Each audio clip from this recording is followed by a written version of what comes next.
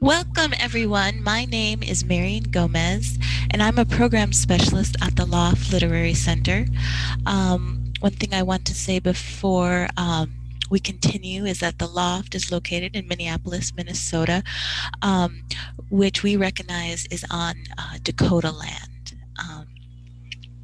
Today's event is incredibly exciting for us, but it is only one of the many things we do. The Loft is a 41-year-old, maybe over 40 years old organization committed to advancing the artistic development of writers, fostering a thriving literary community, and inspiring a passion for literature. We do that through classes, conferences, performances, residencies, and fellowships.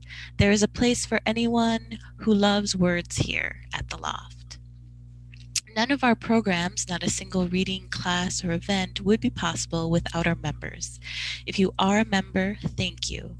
If you aren't, any dollar amount will make you a member and a hero in my heart and in the literary community. You can become a member by going to www.loft.org. There's a join/donate button on our website, and we just really appreciate that. Without further ado, let me introduce our moderator for today's event, Carolyn Holbrook. Carolyn is a writer, educator, and founder of More Than a Single Story, a program of conversations with writers of color about issues of importance to them. She teaches creative writing at Hamline University and the Loft. She is co-author with Arletta Little of Dr. Josie R. Johnson's memoir, Hope in the Struggle, by U of M Press. She was the 2010 recipient of the Minnesota Book Award K. Sexton, Minnesota Book Awards K. Sexton Award, and she's the author of Tell Me Your Names and I Will Testify, which just came out last year. Also,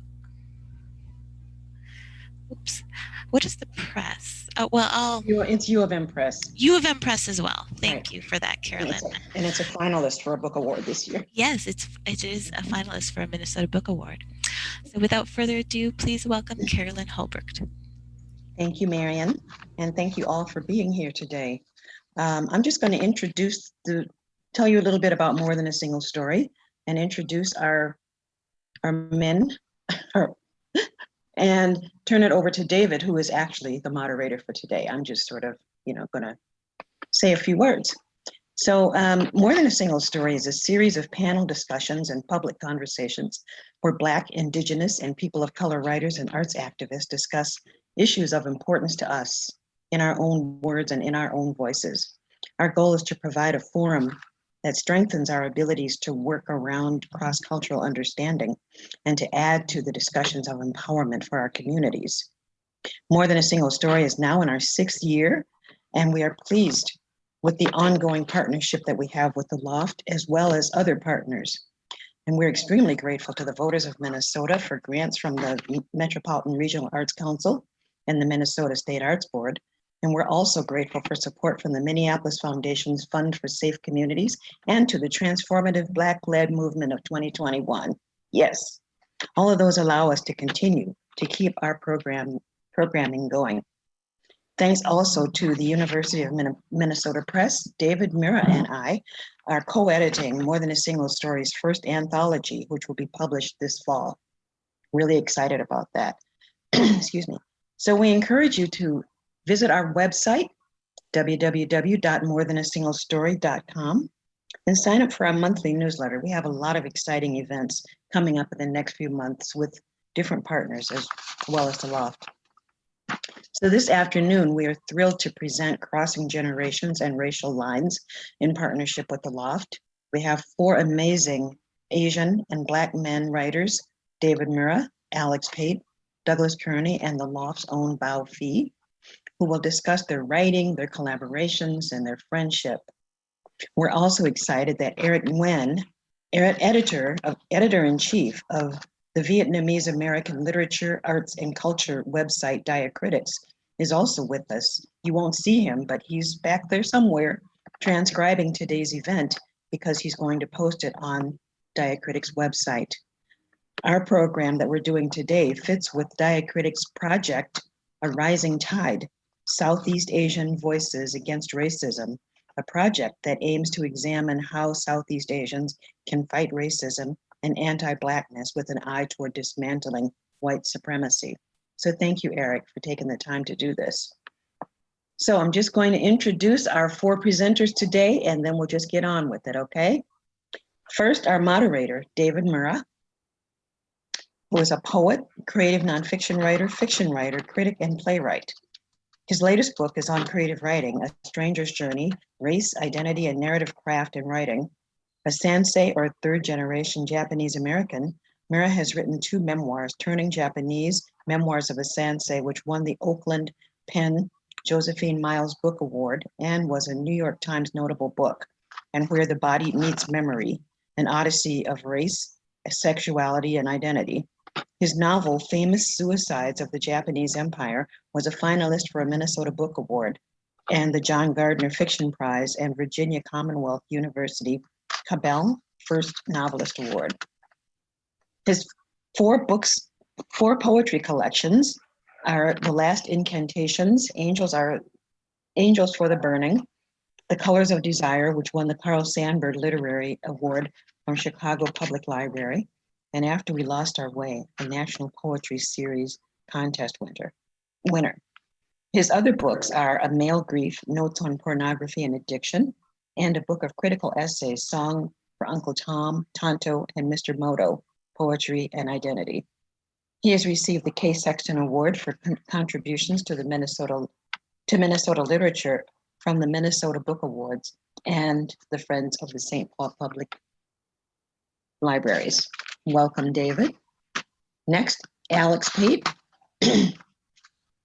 Alex Pate is the author of 5 novels, including the New York Times bestseller Amistad, commissioned by Steven Spielberg's DreamWorks and based on the screenplay by David Franzoni.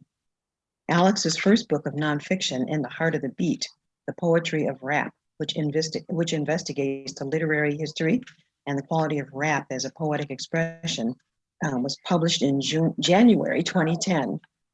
Alex's poetry collection, Innocent, was published in 1998. Alex is the editor of Blues Vision, African American Writing from Minnesota, published in 2015. His novel, West of Rehoboth, was selected as honor fiction book for 2002 by the Black Caucus of the American Library Association. In February of 2002, noted National Book Award novelist Charles Johnson chose Alex as an achiever who will lead the next generation. In addition to writing, Alex is the president and founder of Innocent Technologies, LLC, which provides innovative relationship development solutions that help educational systems, healthcare service corporations, and other businesses respond more quickly and more accurately to the needs of their students, patients, clients, and customers. His program, The Innocent Classroom, trains K through 12 teachers to improve their relationship with students of color and is now in cities all across the country. His newest book, The Innocent Classroom, Dismantling Racial Bias to Support Students of Color, was published in September 2020. Welcome, Alex Pate. Next, we have Doug Kearney. He has published 6 collections, including the award-winning collection Buck Studies, winner of the Theodore Roethke Memorial Prize Award, the CLMP Firecracker Award for Poetry, and California Book Award silver medalist.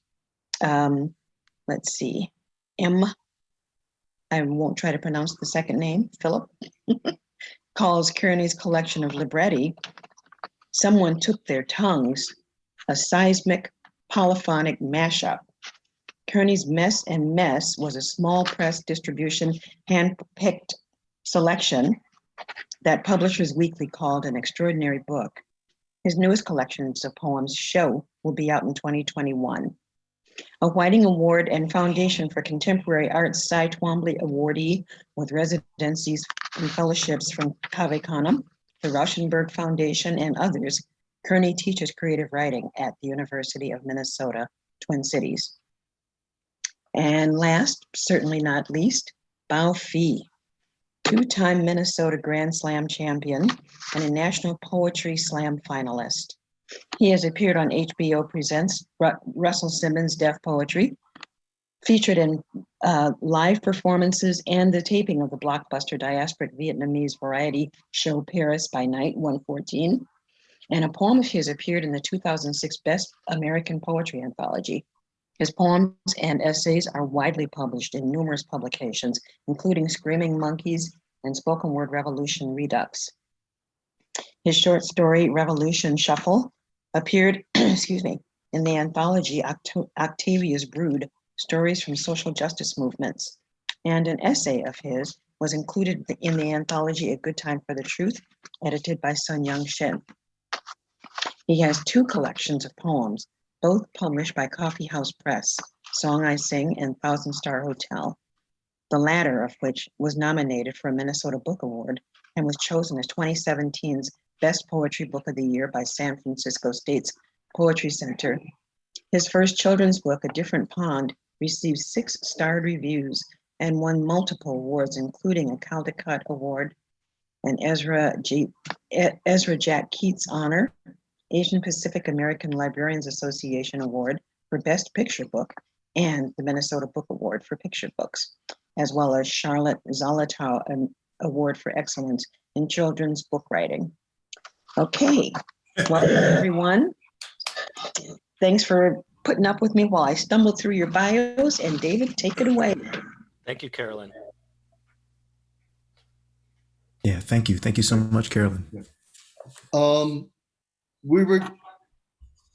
I want to thank Carolyn for inviting us to do this panel and for her asking me to moderate several panels for the More Than a Single Story series, panels featuring men of color. I also want to thank the Loft, to which we all have, many connections with, works there. We've all given readings there. Alex and I have both served on, as presidents of the board. So it's really great to have both these organizations in the Twin Cities. We had talked about reading this Lucille Clifton poem together. Are people prepared to do this, or should I just do it?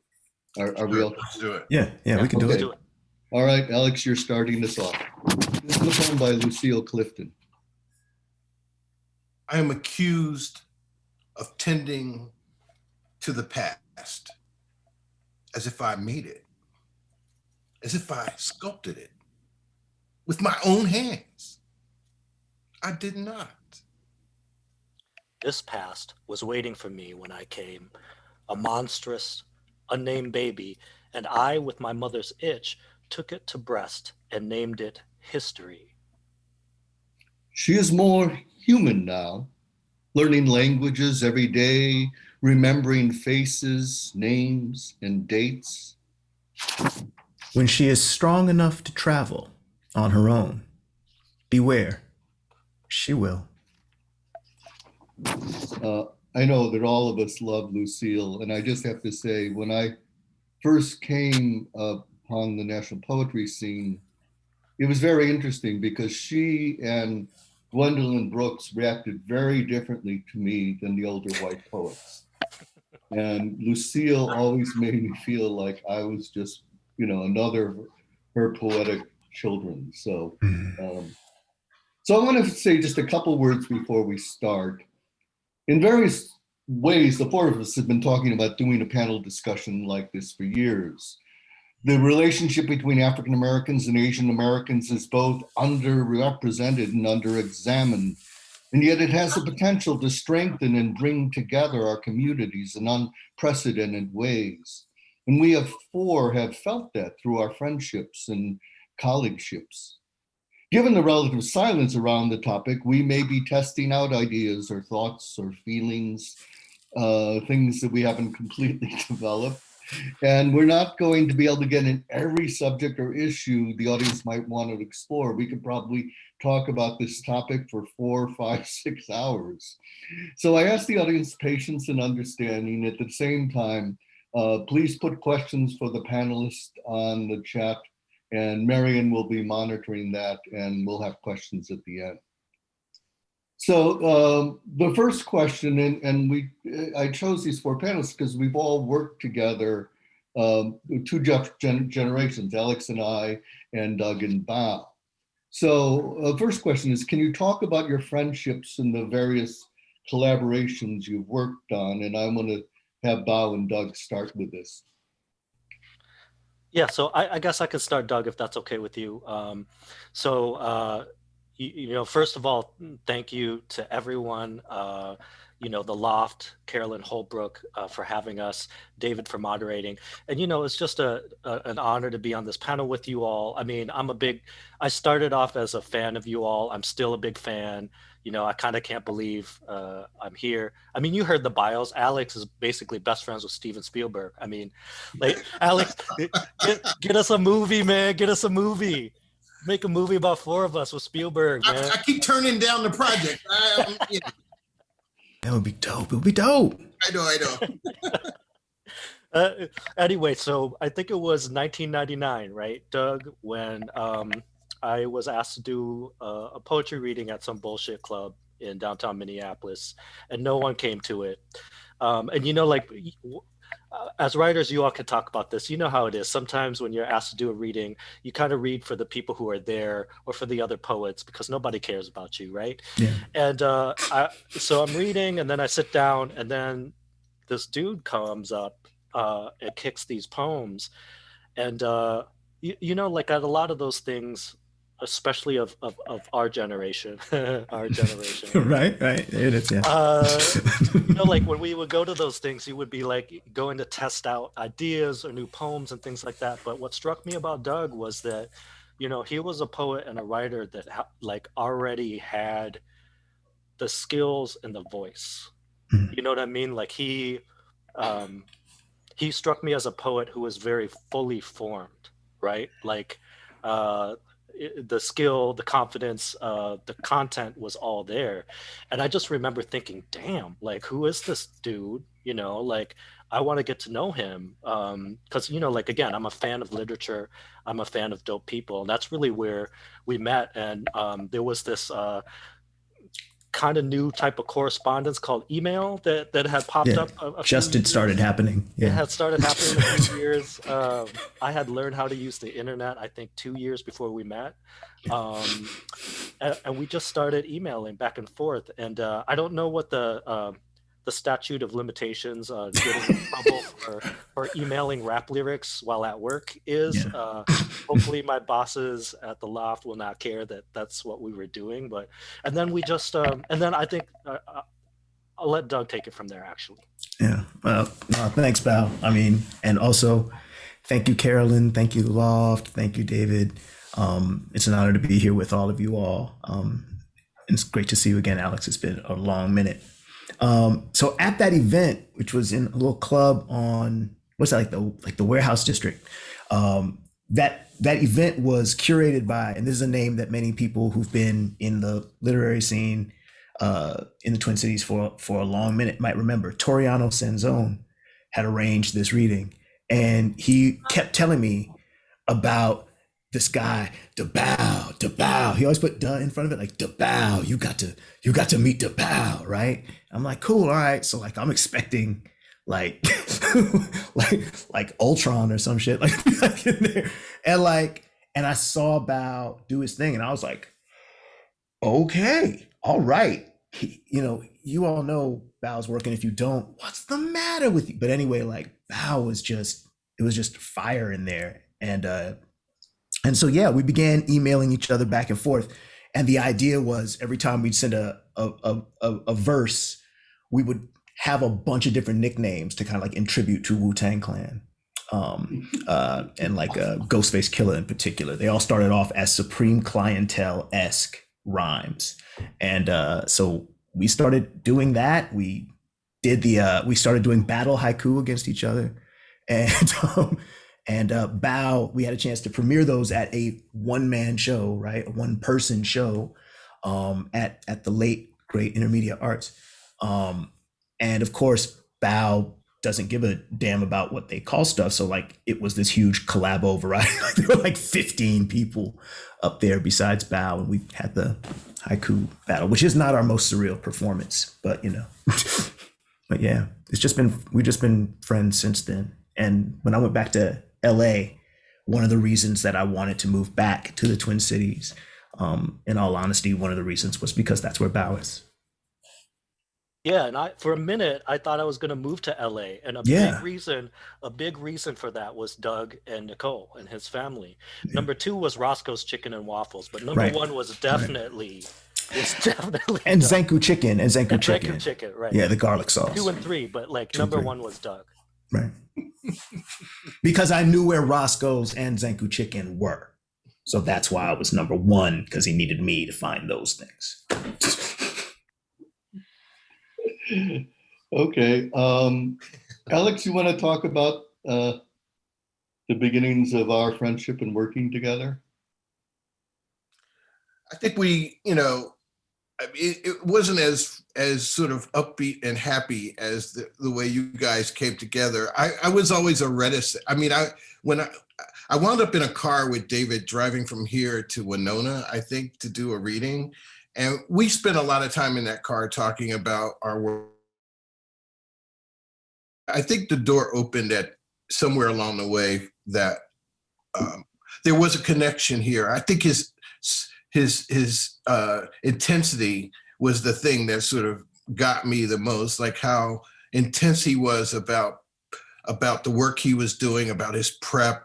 I mean, and anybody who knows knows him and knows his work, I mean, those are hallmarks. I mean, David is one of the most prepared writers, intellects that I've ever come across. And I think it was the intellectual connection that made that connection powerful, made it momentarily powerful.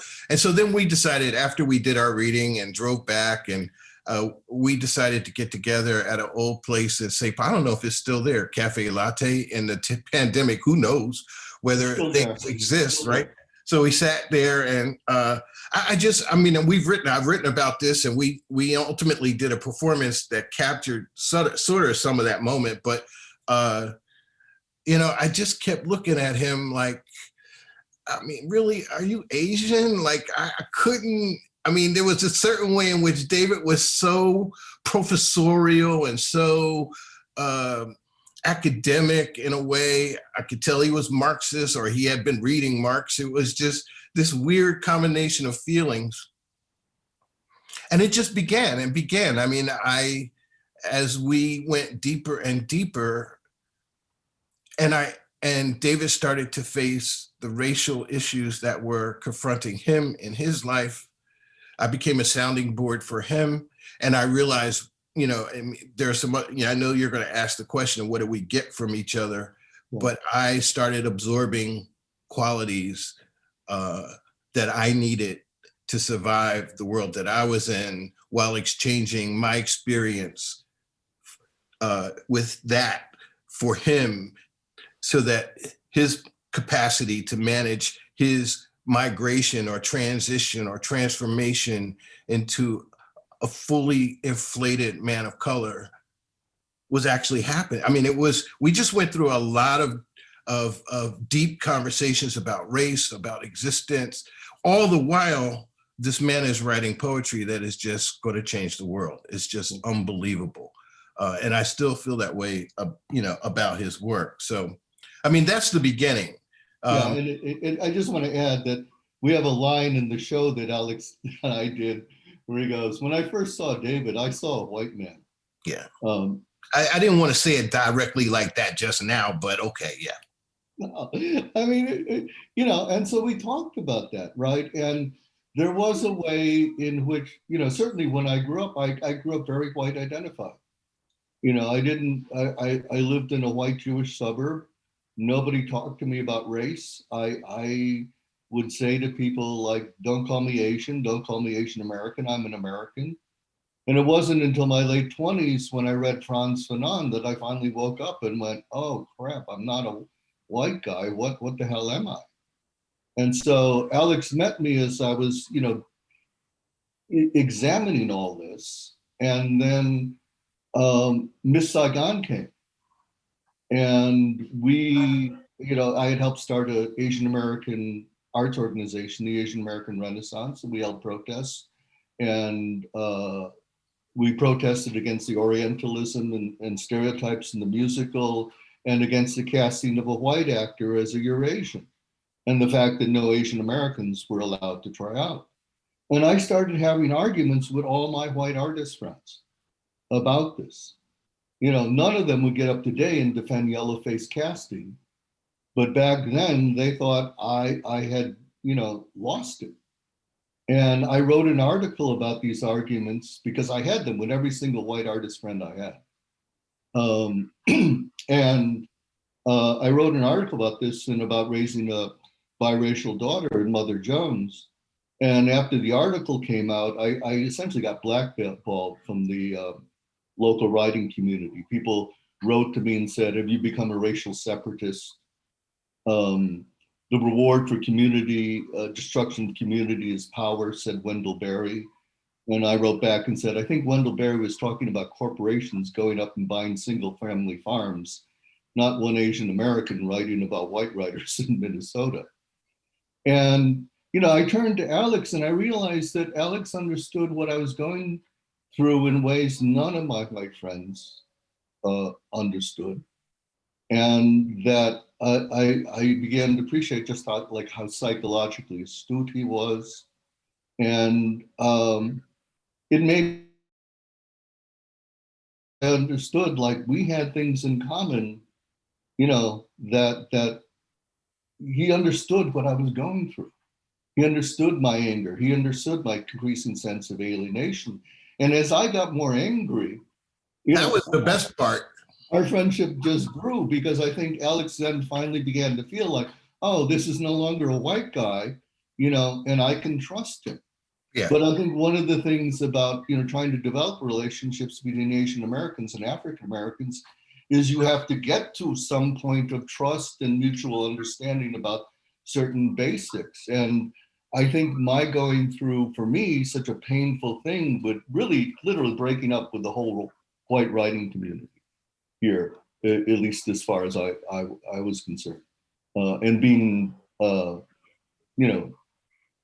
my cited writing art was cited as reasons not to hire me as a teacher locally.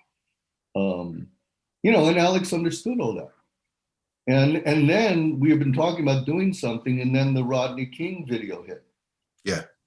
And then the events in LA, the violence, the conflict between Korean store owners and their Black and Latinx community became a big thing. And we'd been talking about working here, and we decided we would do a show together. And we just got up on stage and said, I'm Japanese American, he's African American, we're friends. That we would be presenting something that people hadn't seen.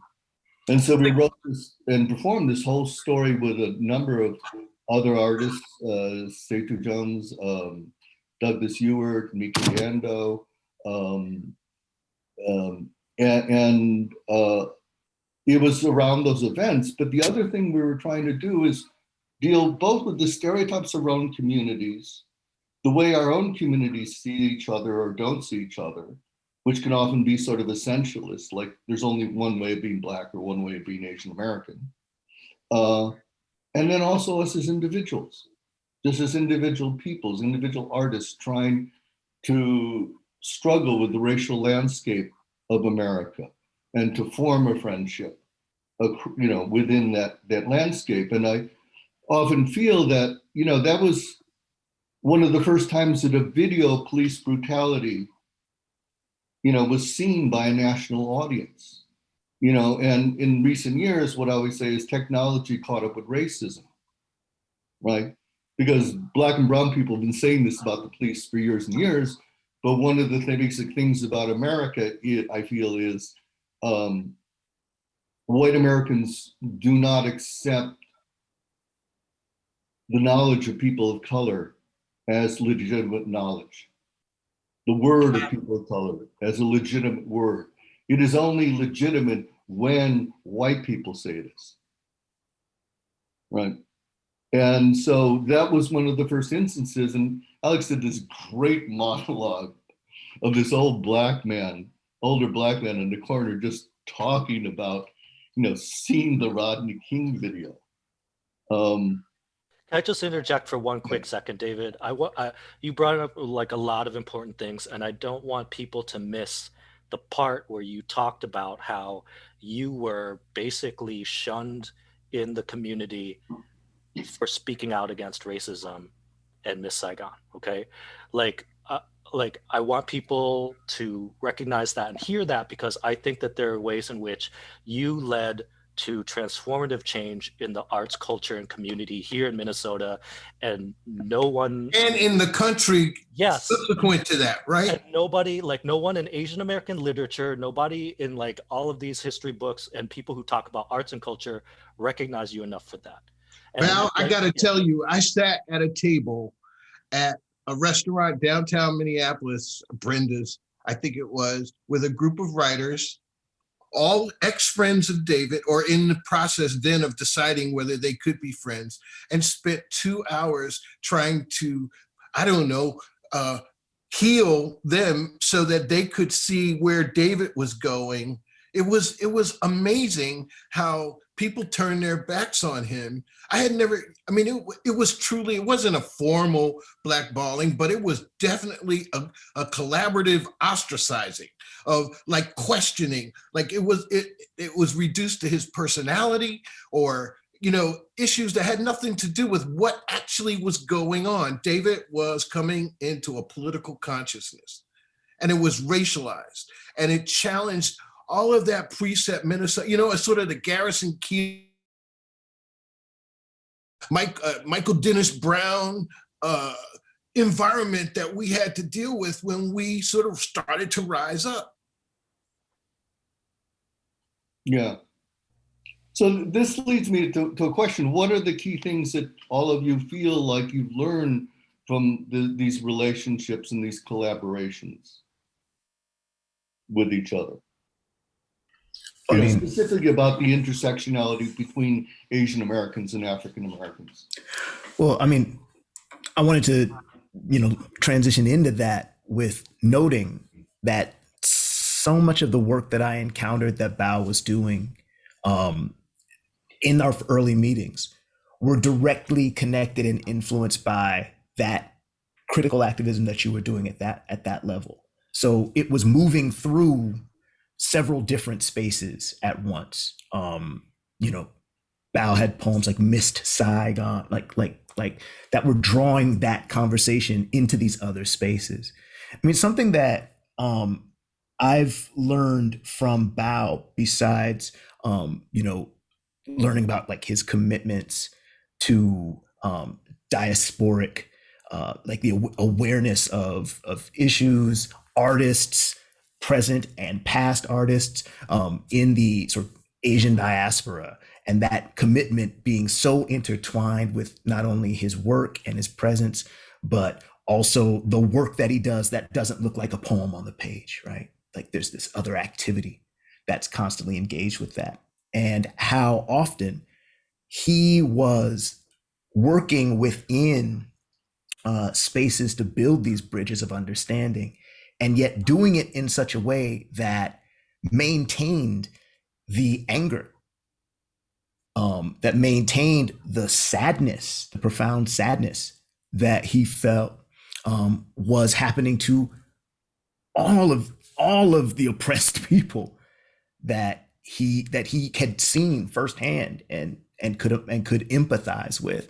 But something that I learned that's been extraordinarily important to me from Bao, and I've told this story before, but I learned about how white people read different races or read different identities.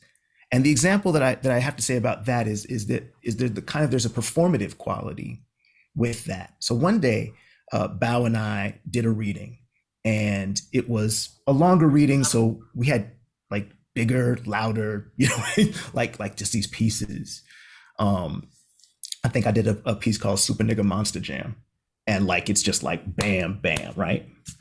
And after that reading, people from the audience like came up to me and they're like, "Oh my gosh, that was so intense. That was so brave." But Bao got hate mail, right? So now it wasn't the tone of the work, it wasn't the quality of the work. It was, where was this anger coming from, and in what packages can that anger exist?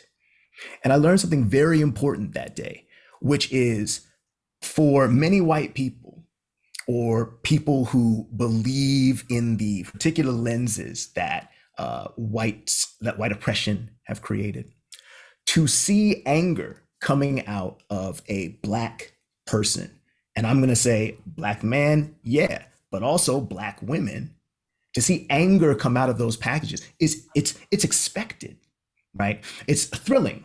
It's like riding on a roller coaster. You go, oh my God, he's about to start yelling. Oh God, yeah, oh, yeah, I took it. I'm not as bad as my old man. It's like that kind of thing, right? It's like going to see a horror movie on purpose. Like, oh, catharsis. Oh, that was scary, but it's okay. Haha. At least in terms of like a poetry reading, right? It's a very different thing outside of that mediated space. But in terms of poetry reading, people who go to them expect that, but they didn't expect it from Bao. Right. Because the idea is, what does he have to be angry about? Right. And that's powerful. I wanted to say on that point, like, that's what I got from, well, so if you take that same reality and suss out from that what it gives to you is, well, for me, when David started to rise up and to challenge the world around him on racial issues, my benefit was I didn't have to. Mhm. Like I stepped back. I mean, one of the qualities, one of the things that I got from David was the opportunity to experience peace in a tense moment. Yeah. If anybody's going to jail, it's going to be David. And I can hit that meant so much to me. Yes. Like it meant Yes. so much and we talked about this. In fact, in order to work together and to build friendship and to build coalition and allyship, you have to go to the deep personal part. Like you don't have to do it on purpose. It doesn't have to happen every minute, but there have to be these moments where you settle. And when we started working on Secret Colors, our performance piece, we had to settle on so many issues. Like talk about that argument you and I had in this, Alex and where we end up standing outside. We were outside. We had a meeting with our producer. We walked outside, and we had been rehearsing. We had all those, if you perform together, right, with different people, you have all these little things about spaces and things. And we had this argument. In fact, you always had to be there first, like so you could take advantage on me on the stage. Like, well, if this chair is going to be more comfortable, I'm going to get there. And if we talked about something, if we talked about doing something on Tuesday, on Wednesday, the piece was already written. And I'm like, God damn, David, give me some time. And it's like, who are you? And it's like, and so we stopped. Yeah, and I want to interject. That what I you better interject. what I said during this argument was I felt I was starting so far behind on issues of race behind Alex that I had to come prepared. Like if I sort of dogged it or didn't do my work, like I was already far behind. I was already trying to catch, and he didn't understand that, right? And so we had this long argument for like 45 minutes outside in the snow at, and it's January in Minnesota. Yep. So at a certain point, I just go to Alex, I just want to know, did you care about me? And Alex goes, damn, man. I mean, I wouldn't be standing out here in the snow for a half hour arguing with me if I didn't care about you. And that argument was really what cemented our friendship. Yep, absolutely. And we saw people who did interracial, intersectional things after that. And we always felt like they hadn't had that argument. Yeah. Where you just begin to sweep out all the things that you have under the table. And some of those are all those latent stereotypes, all of that crap. Assumptions about the other, and just throw them out on the table and, okay, let's talk about it. I mean, that day ended in tears, actually. Not only was it snowing and below freezing, somebody or both of us were actually crying. It was a crazy. But when he said, I wouldn't be out here if I didn't know you care about it, it's like, okay, all right. Yeah. We can go on now, right? You sort of have to have that. And in certain ways, it's much harder to have those sorts of discussions as a community, right? Right. Because these same issues are going on in communities, but they're in a public forum. They're not, on a personal level where we should say too, right now, there are many relationships like ours in the world, right? Among women, among queer people, among Black and Asian. I mean, there are just many people who are doing this, and it never gets talked.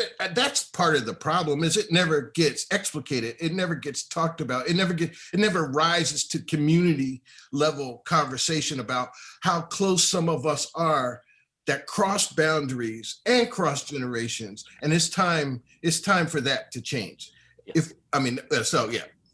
Yeah, and going back to that, I grew up a little bit differently from David. I was a Vietnamese refugee, grew up in Phillips, and all of you in Minnesota know about Phillips. And so, I grew up learning about all people, indigenous people, Black, Latinx struggle, but nothing about Asian American struggle as a high school kid. So I'd learn about these movements, but it was always like I was always this outsider, right? Like where I was like, okay, this is really, racism is fucked up, but I knew I wasn't white.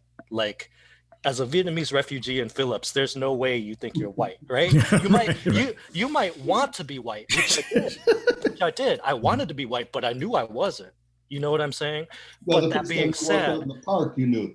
right, right. Yeah, exactly, So exactly. that being said, like Guess what? as a high, like as a my teenage years, I kind of like was immersed in all of this, interest in social justice movements, but had no Asian American context. And it wasn't until college where I met David Sans, who was extraordinarily patient with me, and also Alex, who was a professor.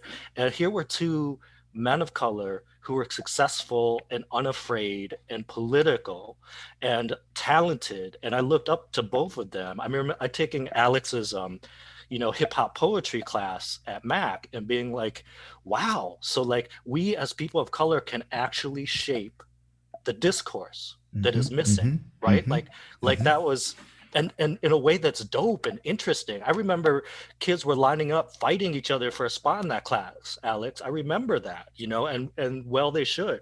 And then by the time I met Doug, like what I learned from him, to touch on something that he already commented on, by the time I met Doug, I was in full Asian American male rage mode. And there was a way in which I think sometimes we can all play this grass is greener type of thing, right? Where I wanted my rage to be respected the way that Doug's rage was respected. But I think I had a conversation with Doug after a show, and we were kind of talking about, okay, so when Doug gets up there, or a black male body gets up there, and I know David, Alex, you've talked about this too. When a black male body gets up on stage, a black body, period, gets on stage, everyone expects that body to talk about race. And they accept anger, as messed up as it is, like that's the deal. But if that black person wants to do, say, a love poem or a poem not about race, maybe that audience, no matter what the complexion is like, what is happening here? Yeah. What's what? Right? Like there's a different limitation, right? Whereas for me, I mean, especially back then, right? That if you get an Asian person on stage, first of all, they don't know what you're doing up there. But second, if they do know what you're doing up there, they expect you to like make fun of like the Asian accent or something and make people laugh. Like that was kind of our role. And that was a different limitation. And so what I kind of learned from Doug to think about was these are not better or worse. We sometimes kind of like do this thing where those of us who lack like wish we had something, but really it's different limitations, right? Different limitations put on us. And that's something I continually remember, in my friendship with Doug on all levels, and it goes beyond art. Yeah. I'm going to introduce this question now and answer it first. What is the most surreal performance experience you've had together, or something about your friendship that a lot of folks don't know about? And I will just use two things. One is in relationship with what Bao has said, when Alex and I would do readings together because we would do things after we did our performance, I would always want Alex to go first. Because once Alex had racialized the stage and I came on with racial stuff, I didn't have to racialize the stage, right? It was already racialized. Whereas if I went on, people would do what Bao just said, go like, what is this Asian American talking about, right? The other thing I would say is that I've had a couple experiences with Alex where just obvious light bulbs went off. We did a movie for PBS in New York, and we got out of the hotel and we're on a side street off of Broadway and we're trying to get a cab. So I say to Alex, let's go down to Broadway and get a cab. And he says, well, maybe I can go with you and maybe we can get a cab, but I'm a black man with dreads in New York, in Manhattan. If I'm in front of the hotel, people might think, the cabbies might think I might come from the hotel, maybe I can get a cab, right? And I thought, oh, this is something I didn't think about, right? And then I remember I was with Alex and several Black male artists, and they were all talking about being arrested driving while Black. And it was just a revelation. And what was a revelation is there was pain there, but they were telling these stories like sort of mutual laughter, right? At the same time, and making fun of themselves. And I sort of realized like they wouldn't have done this if there would have been a white guy at the table. Because like the same way that Dave Chappelle felt like I'm telling these jokes, I think Black people are laughing at one thing about the joke and white people are laughing at the other. And I felt like I understood that even though they were telling jokes about, they were laughing, that there was all sorts of stuff underneath the surface. That anger, and pain, and fear, right? Version of surreal performance or something that you learned, something about you two that people don't know about. So Doug, do you remember that show we did in Florida in like the outdoor amphitheater? Yes, I do. Gainesville. Yeah, am I making it up? So first of all, like I didn't know until we got there that it was like all the serial killings and stuff like that. Right. But there was that. But then there was, and not to make light of it, but also I don't know if I'm like selectively imagining it, but like, did we have concerns about like alligators popping up? Because it was like an outdoor, right? Yeah. If I'm gonna put it to you like this, if they were joking, they were playing with us. Like we didn't show up and say like, where's the alligators? No, they were like, yeah, it's a late night show. It's been a wetter season, so the water levels are a little higher. So just kind of like be careful like there. And we were like, what? Like yeah. So no, I do recall that. I do recall that.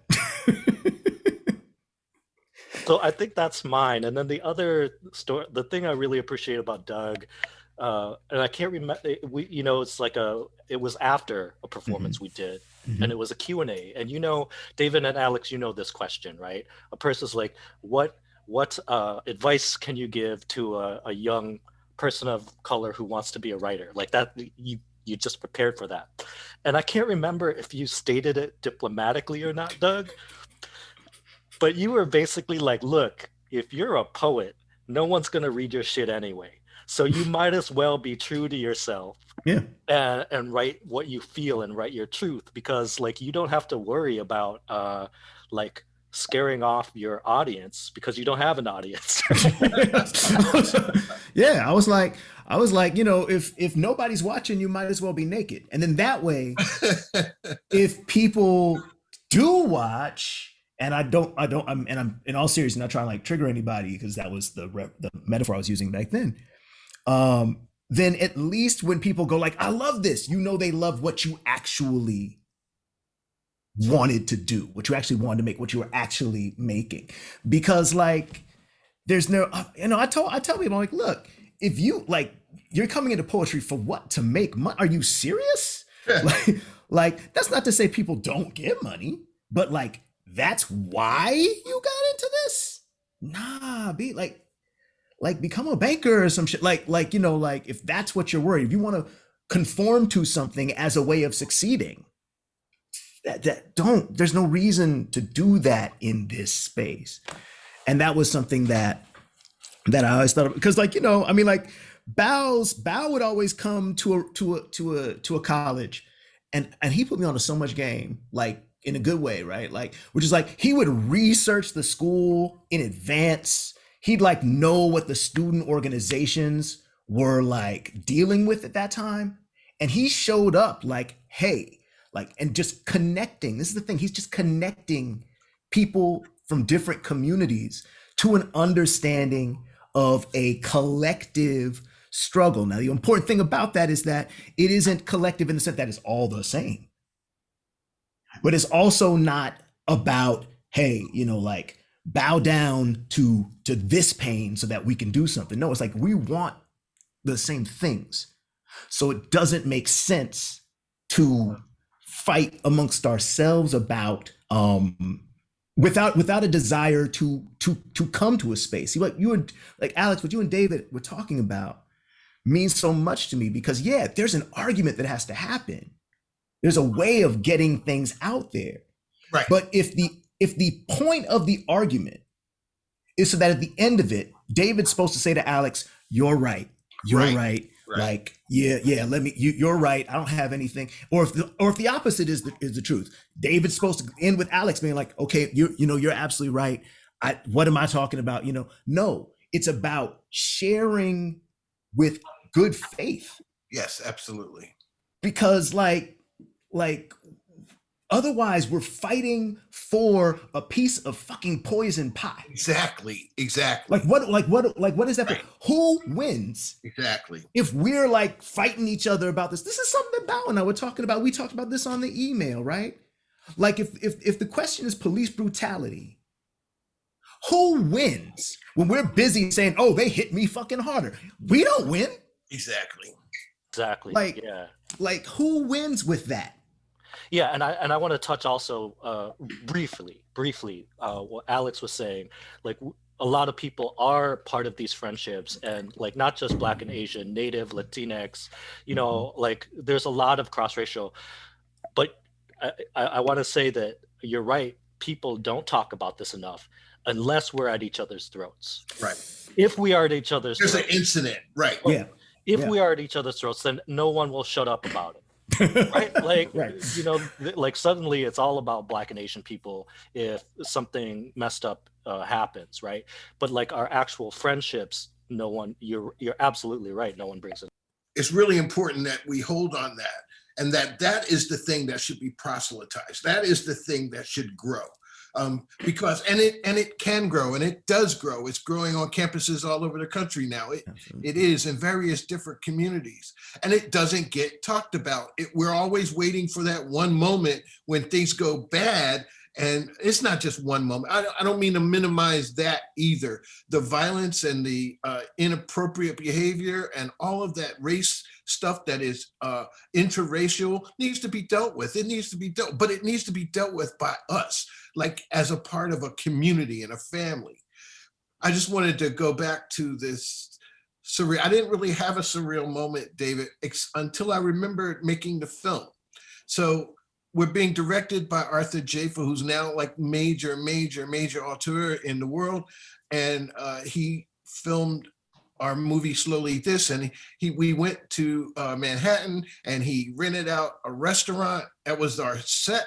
And it was the people who were there. I mean, help me remember. Julie Dash was on set. Isaac Julian was on set. Bell Hooks. Bell Hooks was on set. There were at least 2 or 3 more. Jessica Hagedorn. Hagedorn was on set, and it was like, and the way he did his work, he just peopled them around us. They were at the bar, they were at the next table, and the focus was on sort of my dinner with Alex and David, sort of my dinner with Andre Redux. I mean, not nearly. Well, I don't know. My Dinner with Andre is one of my favorite movies, so I don't know. I can't compare, but the point was that was surreal, like being, and we didn't even know AJ, or we didn't know what AJ would, Arthur Jafa would eventually rise to, but I mean, he was a mad filmmaker, and we were just. I mean, he wanted David to look like. The with the 2 guns and the whole thing. Chow Yun Fat. He was like he had David set up. I mean, he costumed him exactly that way. It was so anyway. That was the most surreal time that I think I've spent in our process. Quick story. After a gig, we went to like a Perkins or a Baker Square. After an Asian American Renaissance gig, and we're sitting there, and there's this group of younger Asians sitting at another table. They keep looking at us. I'm like, okay, what's about to go down here, right? Because you don't know. And eventually, as we're about to leave, one of the young dudes rolls up to David and says, "Excuse me, are you Chow Yun Fat? And we all busted out. So this was like the Baker Square on like University by the U of M. And we all started busted out laughing. And this dude's standing there and we can't tell if he's kidding or not. But then he says, we're laughing. And he's like, no, really, are you Chow Yun Fat?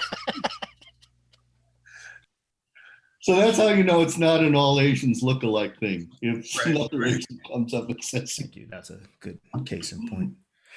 So Oh. surreal. Surreal. Okay. All right. So I'm one surreal performance was being in that little studio. I don't know where it was, a little studio out of town, doing a recording for one of your many like smile detox, one of your many CDs that was like, yeah, I'm gonna make the CD, but then that one didn't get like that one didn't, and you end up making the the massive piece of refugeography.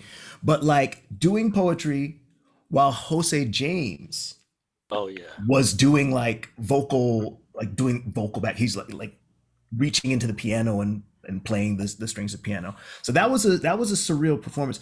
But I want to say that one of the wildest performances we had was, remember when we got that commission to work to do something in response, like an ekphrastic response to the Russian avant-garde exhibit at the Wiseman.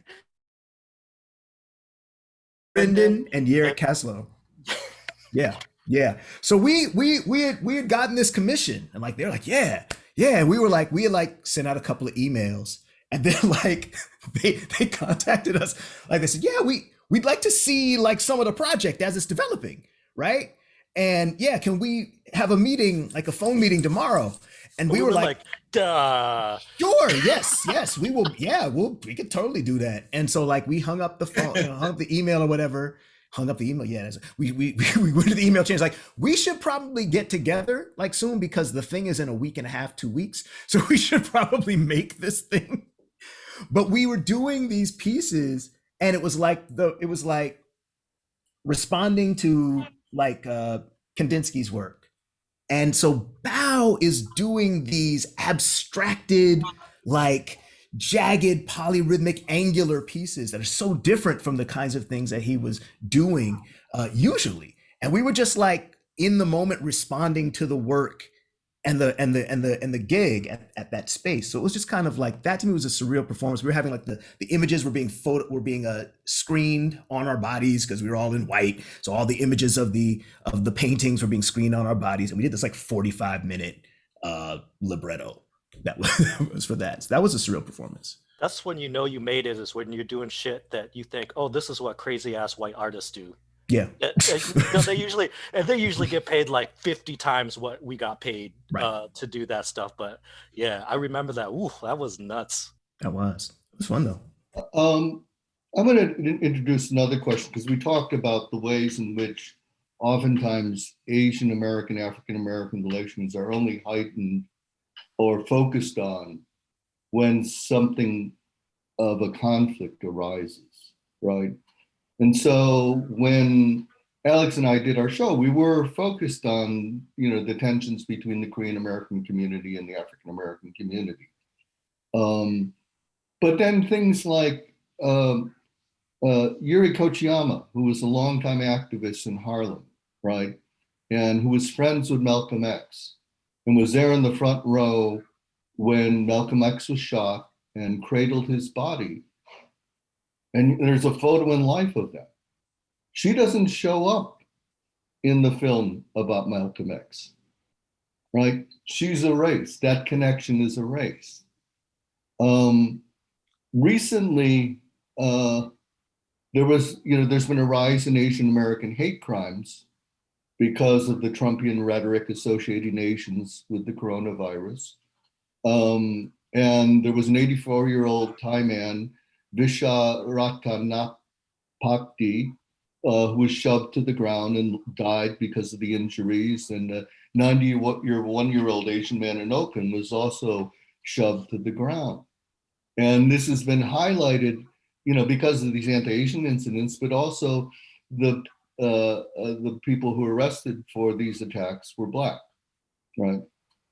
Another thing I want to add is there's a 19-year-old Chinese American, Christian Hall, who was shot and killed by police in the past year. in Pennsylvania. And Ben Crump, who is the lawyer for Floyd's family and many other families. Yeah, Breonna Taylor too. Yeah, yeah, with deaths, unfortunately, by police, is representing them.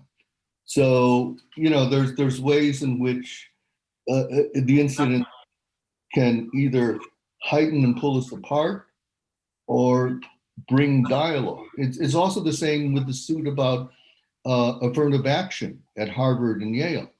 And I think the white people, my opinion, used Asian Americans as a wedge to say this isn't about race. And so Asian Americans and certain portion of Asian American applicants and white applicants said that they were being racially discriminated against. My argument about that is that they were. In white Asian Americans, because where do Asian Americans score the lowest? It's not on grades, it's not on test scores, it's on personality. It's on character. And it's how our character and our personalities are judged to be less interesting, less likely to be leaders, less friendly, less people you want to have a beer with. But who's doing these judgments, right? The white teachers, the white counselors, the white admissions people, right? Anyway, so but that's that pitted a certain portion of Asian Americans against African Americans. So I guess whatever you have to say about the ways that these tensions get highlighted, but also how we can talk past these things. Yeah. Thank you, David. That's why I appreciate spaces and friendships like this. I'm going to touch on some things that Douglas and Alex have also both said, is that these conversations need to happen as long as the end result is not one side or the other saying, oh, you know what, you're more oppressed, or like you're right, right? Like those type of conversations, which I think is our current climate. And that's very disappointing to me, for instance, I see so first of all, with the anti-Asian hate crime stuff that's happening, there are some Asian Americans whose response to that is very anti-Black, and that should not be acceptable to us, right? We should not hate Black people. We should not hate all Black people, right? But I think we should be able to ask the question, right? We should absolutely ask the question, how do Black people participate in Orientalism and anti-Asianness, right? The way that we should be asking how Asian people participate in anti-Blackness, correct? Like one of the police officers, right, who was standing by when George Floyd got murdered was Asian American, right? Again, we shouldn't hate Asian people for that, but we should ask Asian people, how do we participate in anti-Blackness, right? What's disappointing to me is that it seems like so many of the conversations are kind of have like some type of hierarchy, right? So even the leftist Asian Americans that I kind of agree with, they use a lot of rhetoric and thought processes that decenter Asian Americans in this moment, right? And I'm kind of like, there's a way in which we can be critical and center our own communities in this moment without being anti-Black, right? I think we should be pushing towards that. But a lot of these conversations that I see coming from the left, use rhetoric such as well, now we know what Black people feel like every day.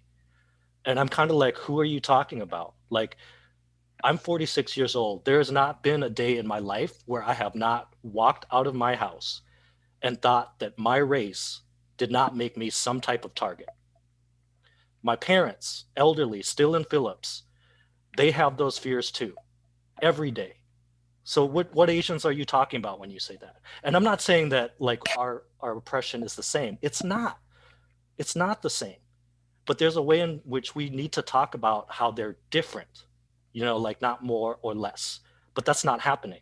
And I feel like there's this this hierarchy where if you are an Asian leftist, you have to actually kind of capitulate and say all of these things, these rhetorical things, which I just don't agree with, I don't. The way that I see it, and I wrote this to you all before, is that we all Native people, Black people, Asian people, Latinx people, Arab people, we all experience racism differently, right? And so, and this is the last thing I'll say before I be quiet, I promise, is that with Black people, Black people are portrayed as violent, right? Aggressive, volatile.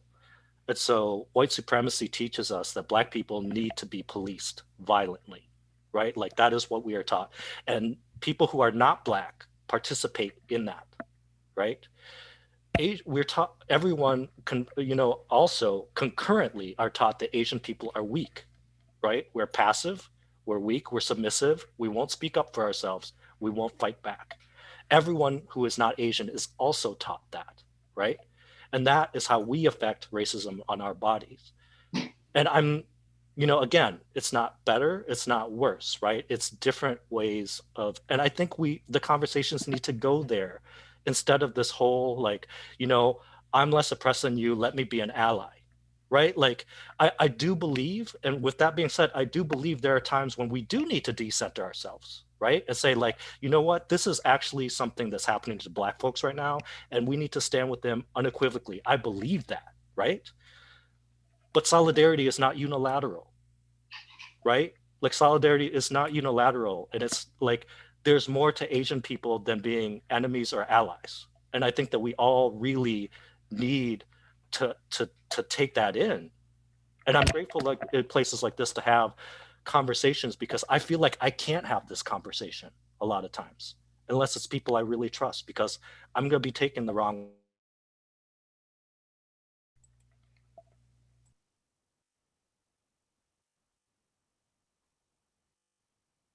Yeah.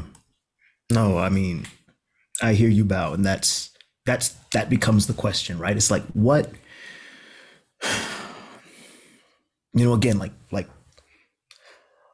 what are we fighting for when we want to make sure that whatever negative experience we've had is the worst. And I understand emotionally and intellectually and physically, affectively, however you want to talk about, I understand that impulse. There is a sense that people get hurt, people are hurt, and their pain is leveraged or mobilized, and they're not seen.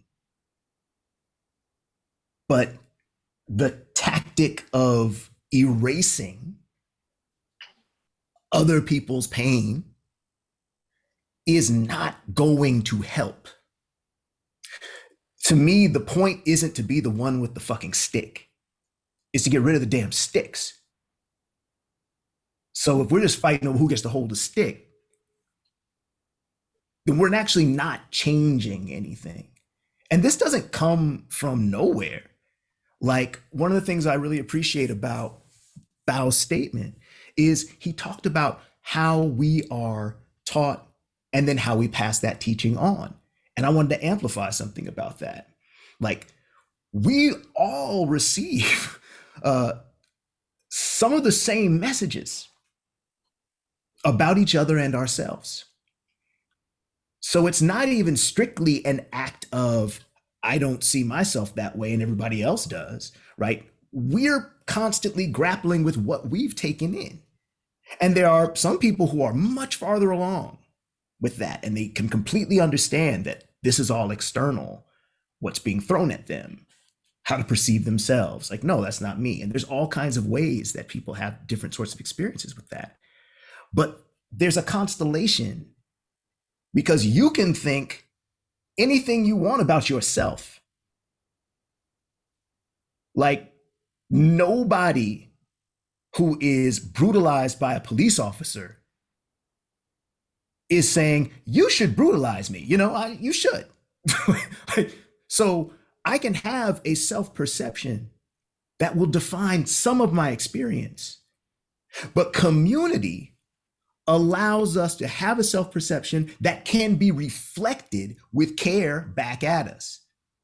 So eventually, we have to be able to look in any direction and see somebody who's willing to reflect back to us who we are. And we can't do that in a world where there are more than one kind of person without looking at each other and hearing each other and seeing each other. Like the fight that Bao and I had, that was like the fight that you and that David and Alex had, was over an event back at for celebrating Malcolm X's birthday. And they curated a show, and Bao was on that show. Now, I need to say something about this like right now, because I think it's important. I had been in the Twin Cities for like a year and a half. I hadn't put in no time, but I still felt entitled to have been in that performance. It was entitlement. And all of that went on full display because I wrote this poem. And it was just about, like you say now, like, oh, it's just being in my feelings. No, it was a destructive moment. And Bao responded with his own poem. And I remember, maybe this is the most surreal experience. We read both poems at one reading. But that was a moment when I was actively pushing against an organization that was saying Malcolm X means something to Bao Phi too. Bao Phi means something to the community for whom Malcolm X means something. Bring Bao Phi into this reading. That was a moment when I would have been on some old, hey, how come it's not me? And for what? What would that have done? So when I talk about what are we wanting, it's not abstract. I'm not coming at this academically. It's the thing that we wrestle with. Like when Ratana Pakti, when he was killed, when the teenager killed him, when the dude killed him, I saw it on the news feed and I immediately like started texting Bao. And I'm going to tell you something. In that moment, knowing that I was reaching out to him, suddenly it was like, well, what am I going to say? What am I going to say? Is it his loss? Is it my place to be like, yo, I'm sorry, that was messed up. I know it was a black person. Like, I'm not saying that in this moment as an example of anything I've unpacked. I'm saying that is the fucking unpacking. That's the work. I was just about to say, it's like you did that because you knew it would mean something to him. How do you know that? Like, we don't wake up knowing those kind of things. You have to know somebody. You have to, I mean, all the time that you were talking about, I was thinking about personal pain. You know, it's sort of like personal journey. I have to know, and I do know enough about David and about other people who are not me. I have to know enough about them. I have to care. I mean, this whole idea of caring is deeper than knowing, right? When you care about somebody, you have connected, what I would call in the work that I'm doing now, you have connected to their goodness. And their goodness is not positive or negative. It has something to do with what generates their existence, right? And so he knew, I mean, you knew, Doug, you might not have known what to say, or whether it was the right time to say whatever it was you had, but you knew it would resonate with him on some level that manifested back to you as a form of caring. I mean, whether you can extrapolate this community-wide, I mean, I live in a world in which I believe that this is possible. I mean, I can't tell you how much I believe that the only answer is this. Almost each one feel one or each one care about one. It's like we have to sort of build this again, because the power of white supremacy is so deep that it blocks almost every other way in which we can connect on an organic and authentic level as people who are not the same. We are not the same, and yet we are the same. But the way in which we get to communicate, how can I communicate with David or with Bao or with anybody who didn't grow up exactly the same way I grew up, and didn't live exactly the same way I lived? How do I do that? We make all kinds of assumptions, and most of those assumptions are wrong by the time we make them. They might have been right yesterday, but they're not right today. But your relationship and my relationship with David allows us to calibrate and quantify the rate of relationship growth and relationship degradation. There's a certain way in which I know if I spent not enough, if we've gone too long without talking, there's a degrading element to that relationship, meaning that I can't really say I know what David's feeling today, right? But the more our relationship connects, and again, I don't know how to extrapolate this out on a community, how to process news that way. Like, so the young brother kills the other brother, and how am I supposed to, what,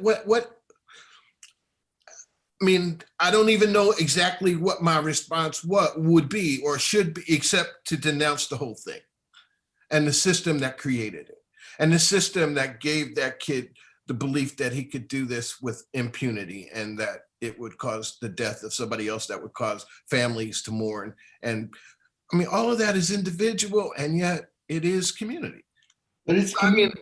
Yeah, it's we're taught a certain history.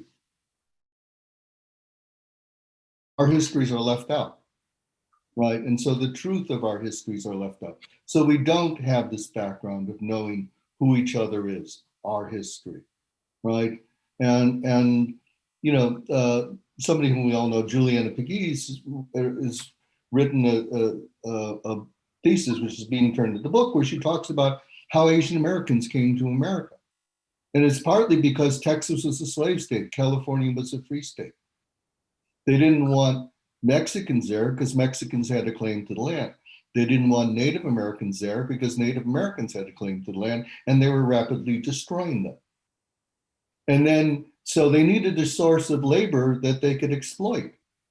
And Asians could not become citizens. They could not repopulate, right? Because if blacks came to California, they would have children, and then they would populate and they would become citizens. So that's why Asian Americans first came here. And then, you know, when I think about how much of my experience I understand, not just through Asian American writers, but through African American writers, through Latino American writers, through Indigenous and Native writers, and those histories. And that's all our history. It's not just one community. You can't make sense of America unless you know those things. But it's also, you know, bringing that into your life, right? I mean, I had almost no contact with Black people until I got to college, right? And there was a certain point in my development where I just felt safer in a crowd of Black people than I did in a crowd of white people. It just, and the experience about learning how to navigate through Black spaces, right? And when to just shut up and be there, right? And the advantage of being a person of color, if you look at it as advantage, is you can learn so much about America. If you're willing to just go to someplace else, be quiet and listen, right? And then there's a certain point where I realized, like, I don't know what I should say, but I loved Black people. Like I love Asian people. Like, you know, and there's other communities who I have members who I love, but I don't necessarily feel like I know enough about the community to feel like I've spent time enough with the community that I love, you know, I care about it. But there is love, right? But that is one capacity we can develop. Like whiteness cannot keep us from loving and caring about each other, right? We And can't then, let it. yeah, and so, and I think the one thing I think is helpful, and I want to bring this around to George Floyd, because all of written essays for the More Than a Single Story anthology, and all your essays deal with George Floyd, right? And we all felt that like as an incredibly important moment that we all needed to speak to, right? Can I And say so can you talk about your essays and what you all... before we go there, can we, I feel like I want to say, maybe I want to say, but I was hoping that maybe we would all just sort of say this violence that emanates from whatever community, certainly from the Black community against it just needs to stop. We need to form coalition, whatever is required, because the conversation can't progress when that sense of suspicion and lack of faith and possibilities exist. So I just want to condemn, not in some gross big way, but simply the challenges that are before us are too intense to let that go unremarked on. I mean, we all have been remarking on it, but I'm just saying it needs to end. And we need to do, and I know there are organizations out there that are working hard to help de-escalate some of this energy, and I just want to support that. I mean, I have a biracial child, Asian and Black. I know, Bao, you have children. We all have children, We and all have kids, yeah. right. Yeah. And so our kids have to walk. I mean, that to me leads right to George Floyd. It's like our kids have to walk the freaking streets right now in this world that we live in, where all of this is happening right now. Thank you, Alex. And I absolutely agree. My child's daycare, where she spent so much of her life growing up, was 3 blocks away. So George Floyd was murdered on 38th in Chicago. Pillsbury House is on 35th in Chicago, right? Um, like literally, our children have to walk past that. Like literally, our children have to walk past that. And I agree with you. Like, the police system in which an Asian American stood by while someone murdered a Black man is unacceptable. It should be unacceptable to any human being with a conscience. I don't give a shit if you call yourself an anti-racist or not. That shit is just not acceptable if you are a human being on this earth, right? Similarly, you know, the murder of Asian American elders or whoever for nothing should be unacceptable to all of us, no matter what mental gymnastics you need to do to get there, right? And it got me to, I'm listening to all of you, and I'm trying to think of, like, I think because of our friendships and our relationships, how we feel things both in the broad and in the personal, right? So similarly, Doug, to what you were saying, and thank you for that text, by the way, when all this anti-Asian shit was happening. When George Floyd happened, I remember having the same feelings about you and the Black people in my life, and saying, like, okay, this is so massively fucked up on like across the board, right? Like what can I possibly do which would be the right thing that would actually help you? Like, not about my guilt, right? Not about any feeling of racial responsibility, but like what is actually going to help you as my friend, as a person I care about deeply, right? And my other friends who are Black. How can I actually do something useful in this moment? Right? Similarly, right?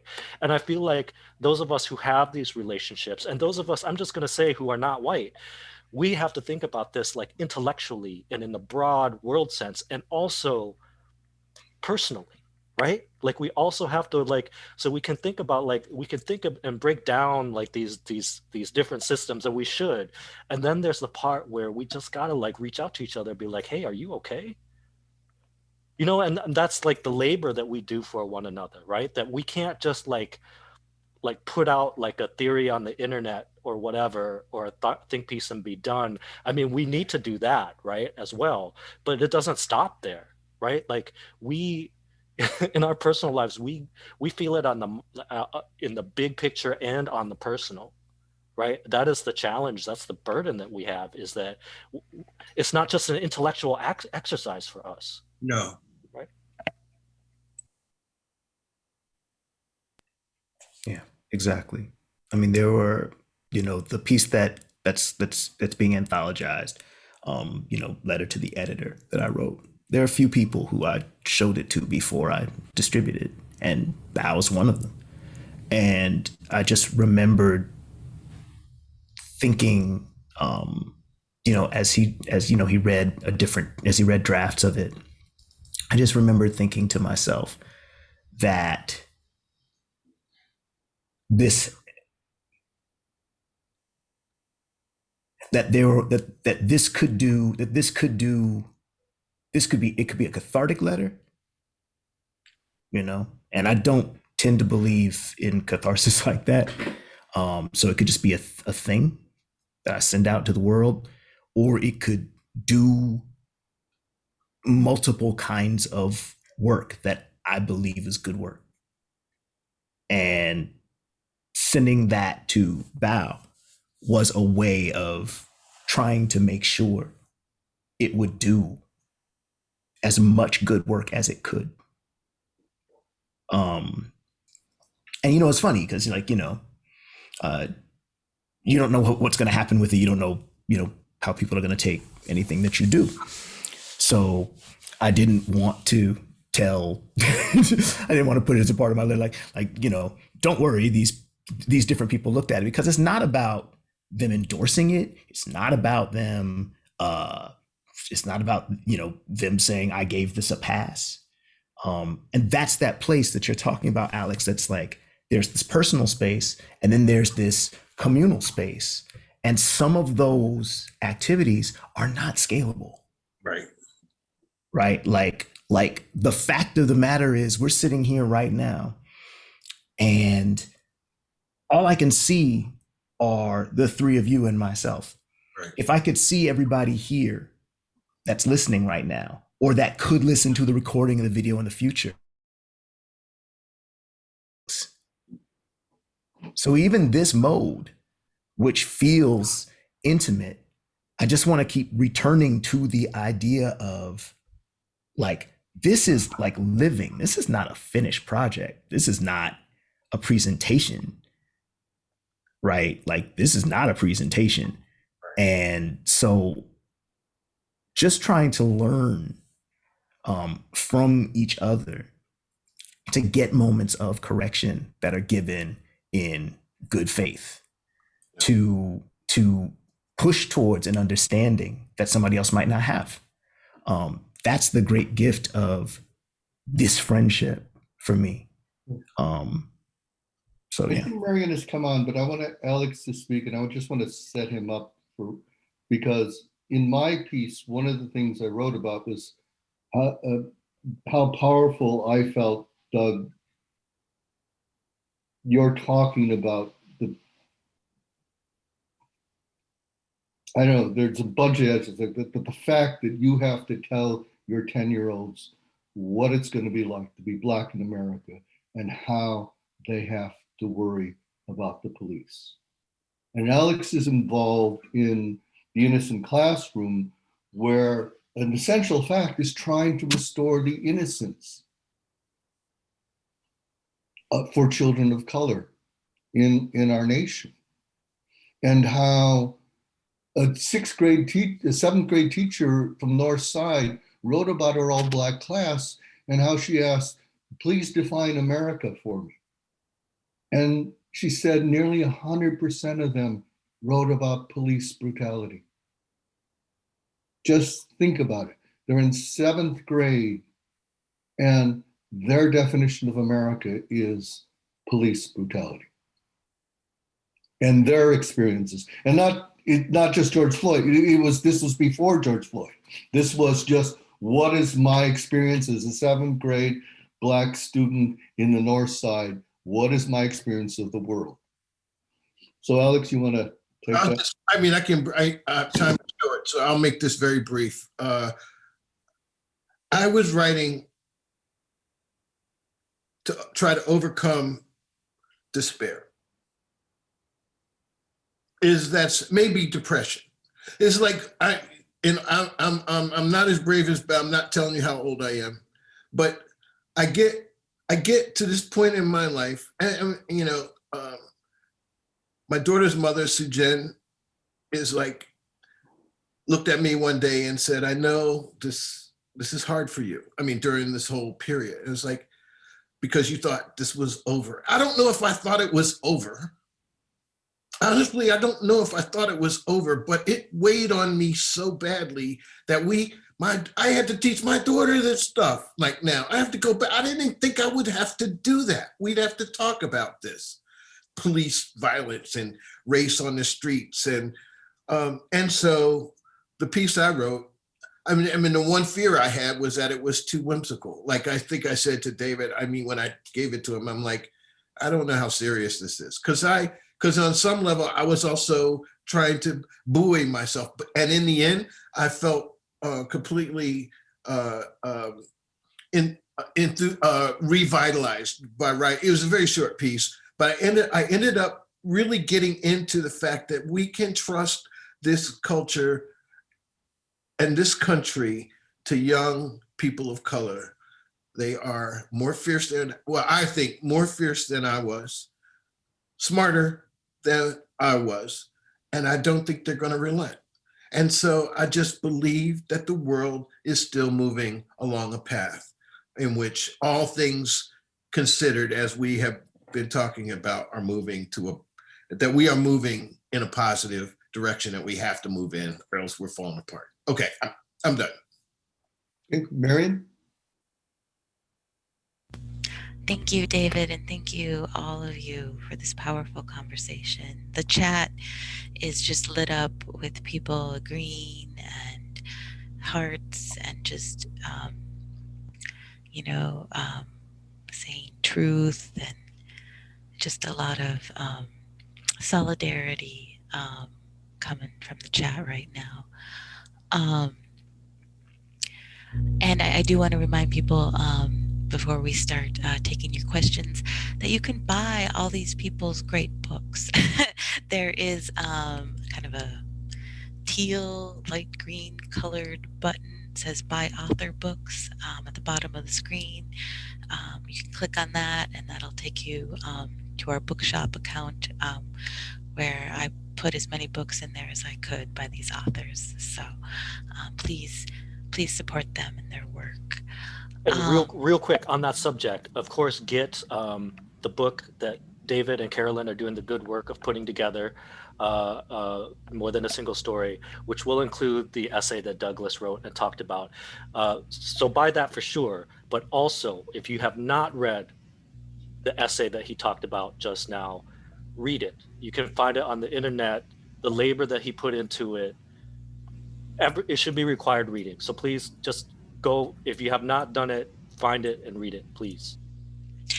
That book is not at that link. But it won't be out until late October, early November. Yes. Okay. But yeah, definitely get it when it's ready. So yeah, looking at audience questions. There's one that has by Sean Webster that is getting the most votes right now. So I will ask that. Yes. Webster.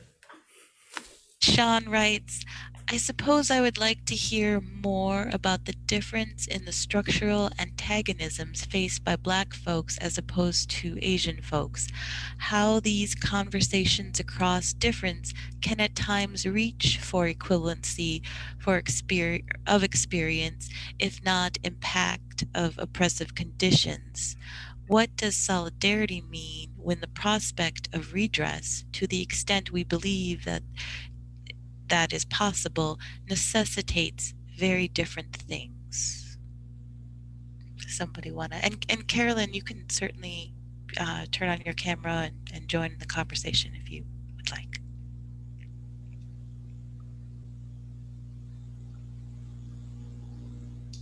I just, since I have a brief answer, one is we can do more than one thing at a time. And we sort of have to do that.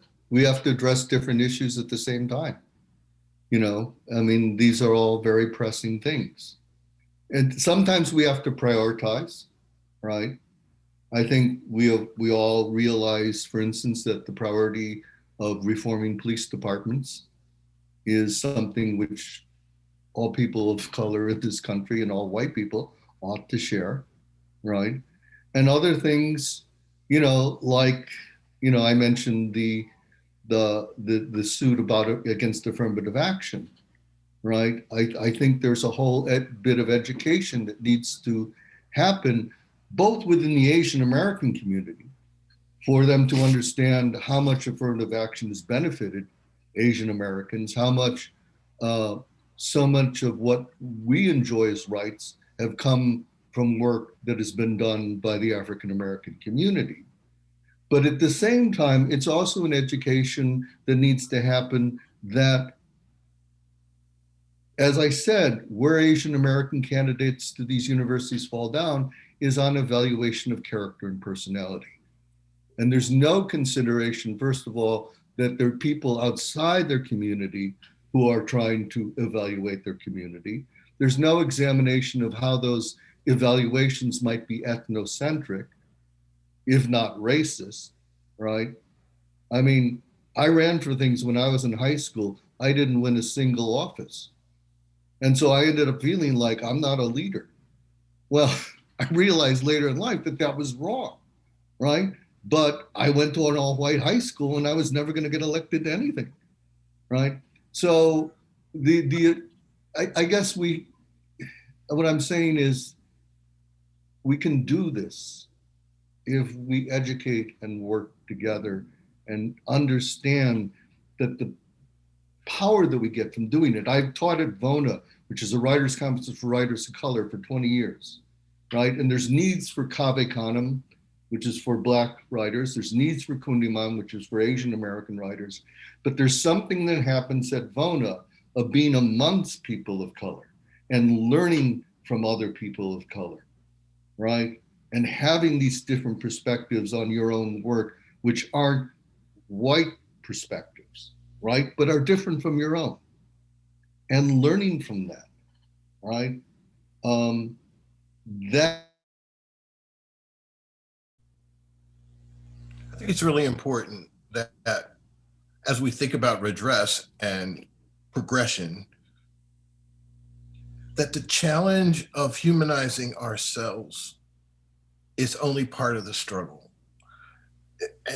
Like, I just think it's so important that we learn how to expand the idea without making everybody the same, without trying to equalize or compare the struggle of the impact of racism or oppression or whatever, that we not become obsessed with self to the point where it obviates the progression of our brothers and sisters.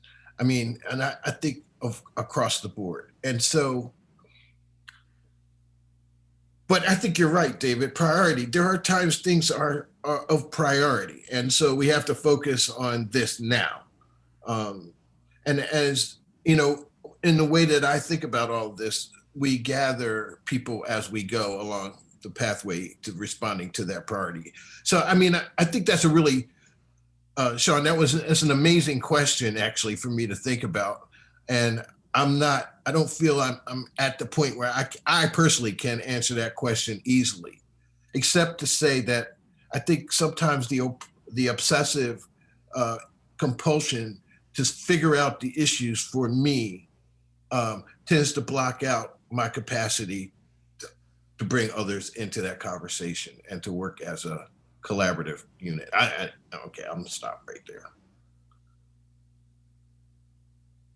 I think that I think the process of analysis that moves against the idea of equivalence is to look at things as a series of systemic switches and levers, which is to say, if everything that impacts different communities is somehow interconnected. You know, if you say that anti-Black racism is racism par excellence, right?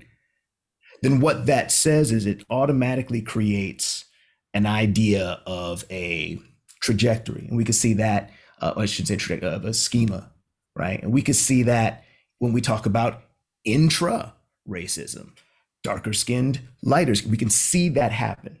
So if we look at that and we can see other modes of oppression and violence, if we see them as interlinked, then it makes sense to see an entire system, even if you look and say anti-Black racism is over here on this farthest end of the spectrum. The point of the matter is that unless you can get people to do that work, that also connects a recognition that anti-Black violence, anti-Black racism is also impacting me as not just the actor of it, but dismantling an anti-Black racist ontology will then require all of these other things to become unbuckled as well. If the base is anti-Black racism, the argument isn't that's the worst of all. The argument is if we fix that, if we stop that, then the other shit falls. That doesn't have anything to do with saying like, you know, like, oh, well, this isn't as good, this isn't as bad. That's recognizing a systemic issue and addressing that with the most urgency and the most energy. But I don't think you can get people to see that as anything other than I've got to go do this thing that's outside of me, that is not impacting me, that doesn't have anything to do with me, that this is all ally work. This is all like, you know, me reaching across the table. Like, until you can actually look and hear everything, it becomes impossible, I think, to solve it with any kind of lasting possibility, any kind of lasting power.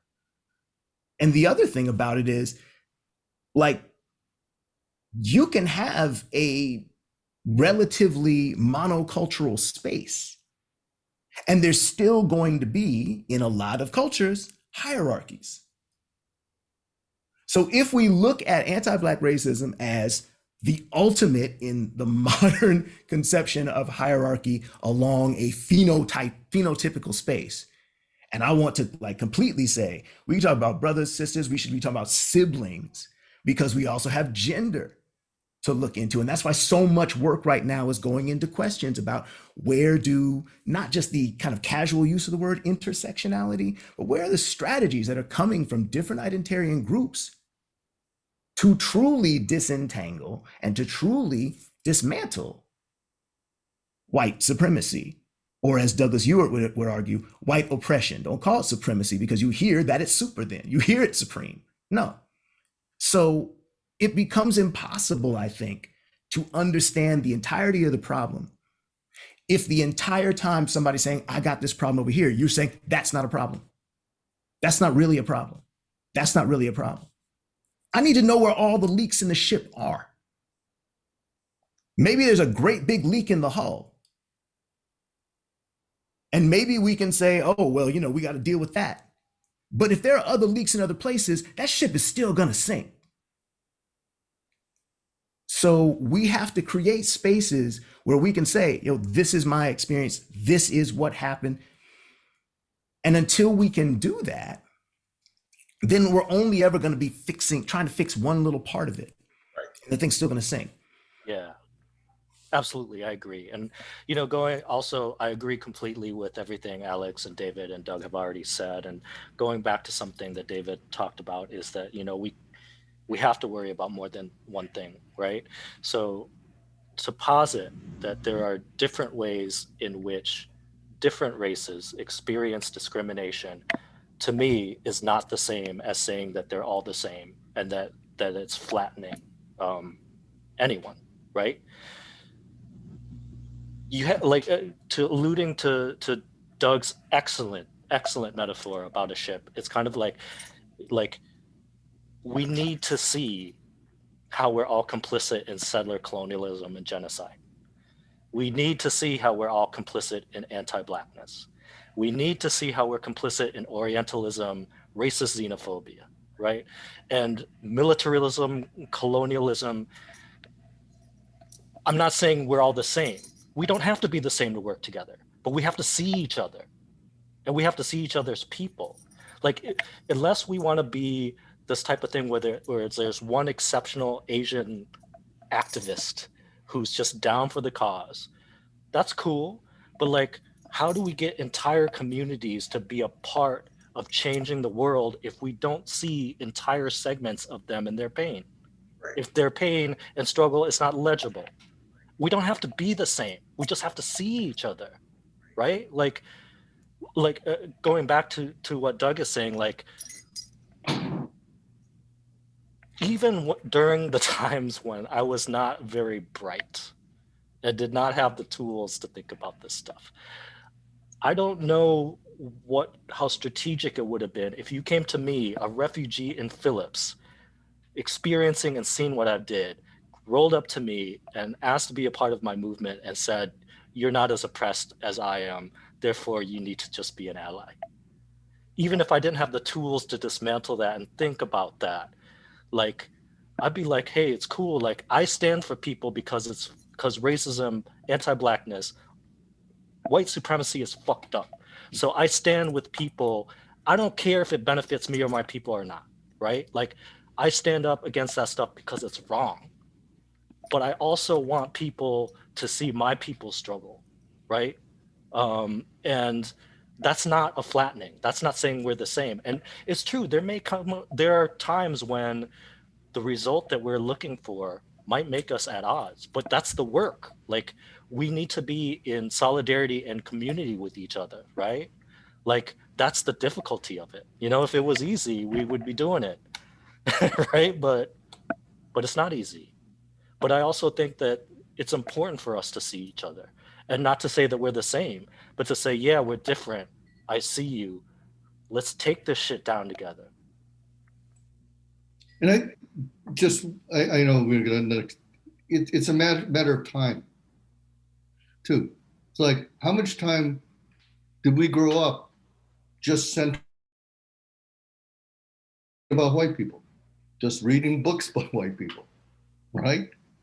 I mean, it's like, okay, read a book from somebody else, from a different group, right? It's go to a different movie. You know, these are simple things, but they're beginning, you know, it's like in this journey that each person takes, that communities can then begin to take, it takes just like one step out of your comfort zone, one step of learning, and then, you know, see where that leads you, right? It can lead you to someplace very, very differently, right? And we can learn, as I keep saying, we learn from each other. It's not a zero-sum game. It's not like if you get something, I'm going to lose. It might be if you get something, we all get something. We all benefited from the civil rights movement. There's no American who didn't benefit from the civil rights movement, right? Well, we might be able to identify one or two, but yeah, who refused the benefits. No, I don't want it. I don't want it. Take it back. Take it back. Take it back. Another question, Mary? All right. So, all right, our next highly voted on question is for Bao and David specifically, from Diana. Diana asks to Bao and David, how do you move through these spaces as an artist where people don't understand, aren't exposed, or don't know the Asian American experience? And do you ever feel like you need to prove your experience as valid in these spaces?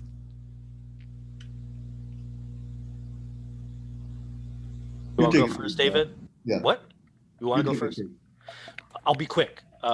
Yes, all the time, and but that's again, that's just part of being a non-white person, being an artist. Like that is the continual struggle, the continual we there can be many truths and many realities that are colliding and conflicting happening at the same time, right? So as an artist, you want to be true to yourself, you want to be true to the community, true to your ideals, and there's always this negotiation, bringing who you are into the space where you are a foreigner. um, like again, going back to what I said earlier, there's not been a single day where I've not had to be conscious of my race walking into a room, and how people are going to react to that.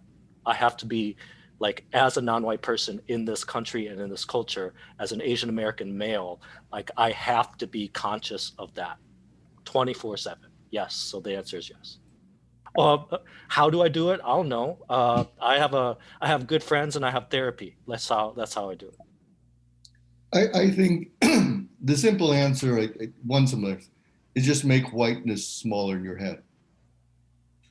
Just there was a point where I was going through all these arguments with white friends over the issues of Miss Saigon, over the issues of race, and at the same time I was going to college campuses. And what I noticed is the things that I was saying that was pissing off my white friends were the exact same things that were bringing Native American, Latino American, African American, Asian American students to come to me. And so I realized I had to choose. Like, if I'm going to anger white people, I'm going to anger white people. Am I going to alienate white people? I'm going to alienate white people. If it's going to screw with my career, so be it. It just like, I just began to care less, and it's like, because I knew that their evaluations of me were born of ignorance and prejudice. And, but then when I'm reading in front of other sorts of audiences who are not Asian American, I know there may be some wariness, but I have a trust. I've been in enough of spaces which aren't, which are different, that I just know eventually you'll understand that I'm an okay guy. I'm talking about things that are worth mattering. And just trusting them, right? But you, it's like, if it's like Doug was saying, as a poet, it's like, why don't you just write what you want to write? Because why else do it?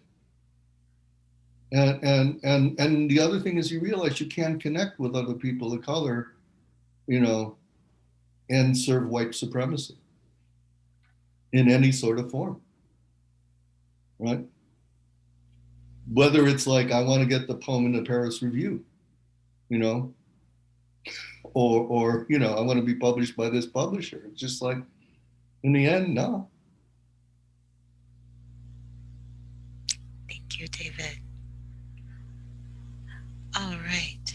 So our next, we have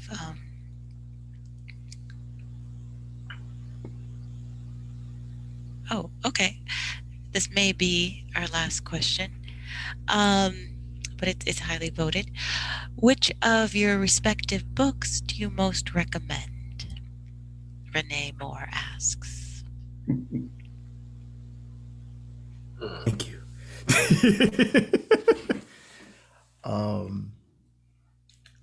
I Buck Studies is really concerned with mythology, at like a large systemic scale, and Show, the one that's about to come out, is concerned with when you are being asked to be something you're not, the intersection of entertainment and violence, specifically anti-black violence, and performance in that way. If you want something more essayistic, messand. So I think the job you're supposed to do is always say, my newest book is the one you should is one I recommend. But you know, if you like stuff all over the page typographically, Buck Studies. They're both included in the link, so give you both of them. Well, I have I a book choose. that probably isn't included in the link, and it would be, from my taste, Finding Makiba. Is a book about a father and a daughter finding themselves after a 12-year absence. And of course, if you're a teacher, an educator, The Innocent Classroom, the new book.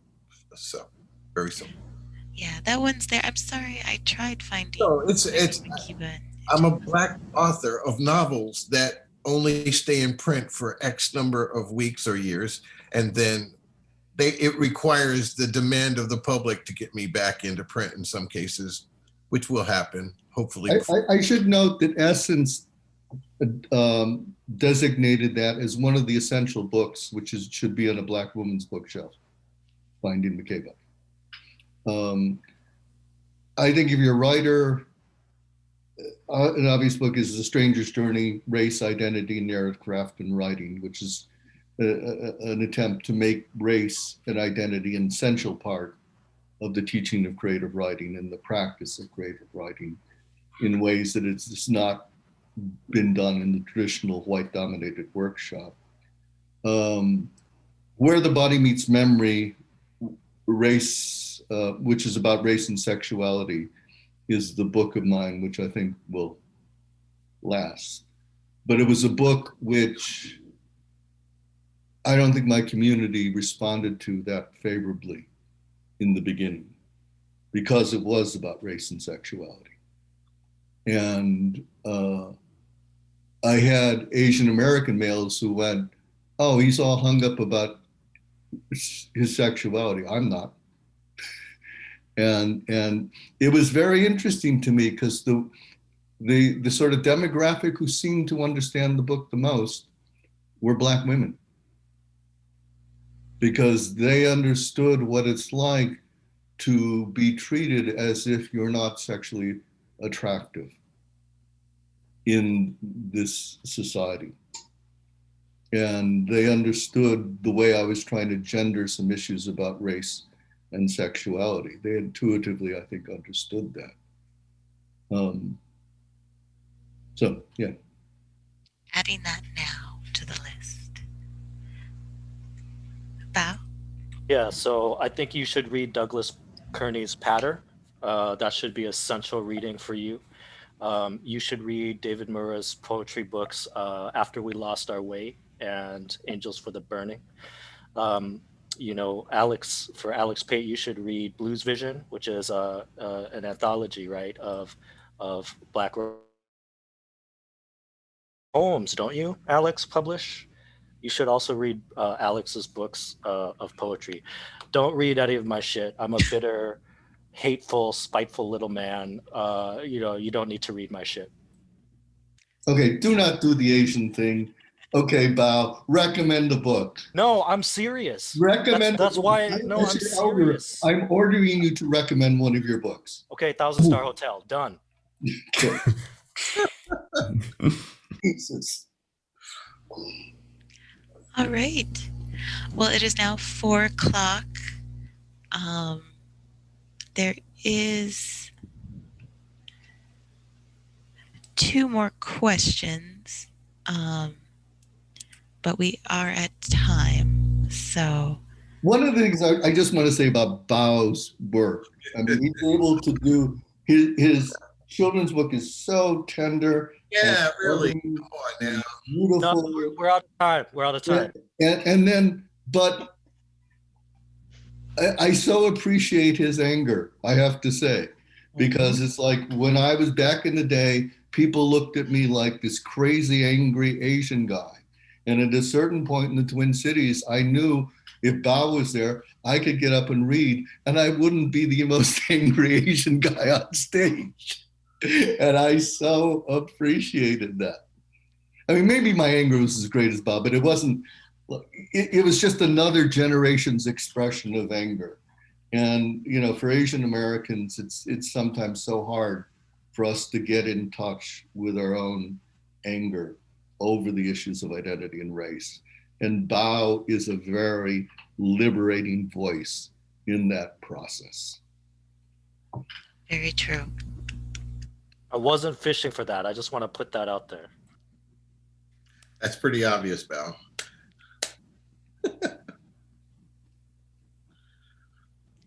All right, Carolyn, did you have any closing words you wanted to say?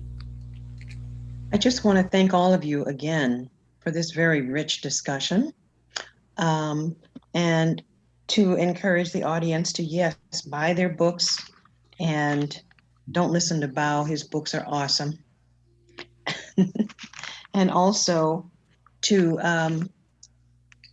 thank again the Loft for having us, and to encourage everyone again to sign up for More Than a Single Stories monthly newsletter.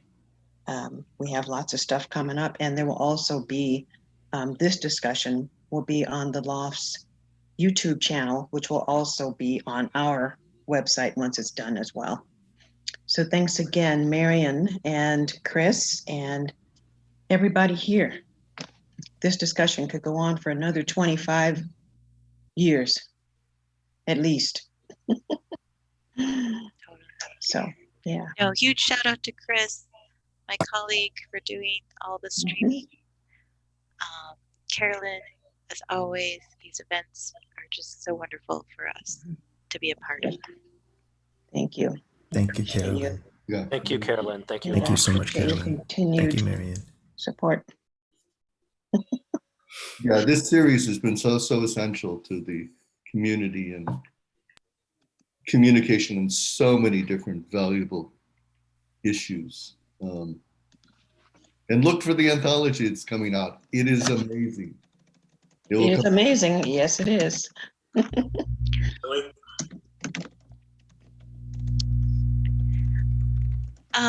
Carolyn, did you want